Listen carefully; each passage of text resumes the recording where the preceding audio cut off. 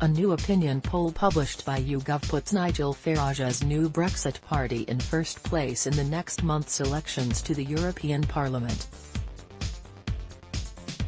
Related, the former UKIP leader's new party, which launched in February, is on 27%, ahead of Labour on 22% and the Tories on 15% according to the poll, which was commissioned by the People's Vote campaign for a second referendum. Sky News reports that its findings will heighten fears in Downing Street that the Tories are on course for a damaging defeat that will likely reignite calls for Theresa May to resign.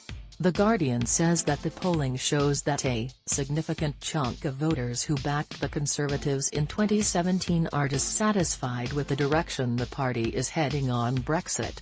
Just 11% think the government is handling Brexit well, compared with 84% who think they are handling it badly. As a result, the paper says, don't bet against the Brexit Party winning the EU elections. The poll indicates a meteoric rise for the Brexit Party, coming just days after another YouGov poll placed them third behind Labour and the Conservatives, a result which the pollster said shows large swathes of Britons turning their backs on the main two parties and moving towards groups with harder Brexit positions. So will the polls translate into political clout? Why has it been launched? The Brexit Party says that its main aim is to make sure that the United Kingdom shall cease to be a member of the European Union. The party founder, Catherine Blakelock, told the Daily Telegraph that she has received seven-figure pledges from supporters. At the time of the launch in February, Farage said, "We haven't really got going yet and already people are coming to us in droves via our website. If Article 50 gets extended, support will go through the roof. We are aware of at least two Conservative MPs who privately say they would cast their vote for the Brexit Party if the European elections were forced upon us. So we are the sort of Damocles hanging over the Prime Minister's head." The party's website offers no further information about its plans or policies, but Farage has previously said on his LBC radio show, "It's got my support." It intends to fight the European elections if there is a delay to Article 50.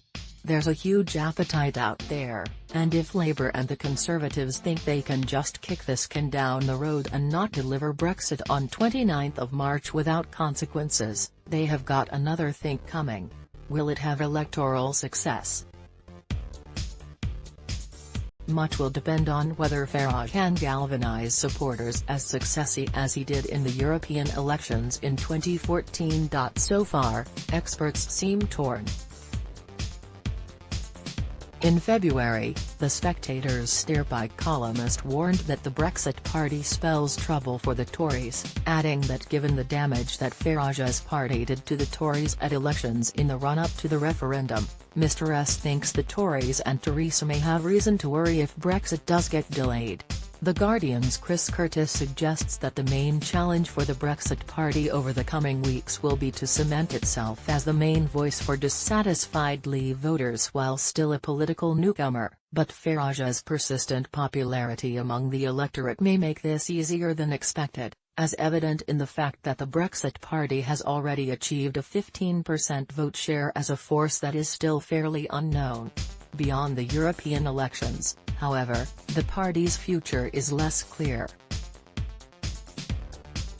The UK's first-past-the-post voting system does not favour nascent parties. The SDP Liberal Alliance polled at over 50% in 1981, but failed to gain any traction beyond traditional Liberal voting constituencies, and eventually fizzled out entirely. Faced with a general election, Nigel Farage's latest venture, the Brexit Party, will suffer much the same fate. While the Brexit Party might cause some headaches for the Conservatives in the MEP elections, journalist Finn McRedmond writes for City AM, the influence they can exert from the European Parliament is minimal.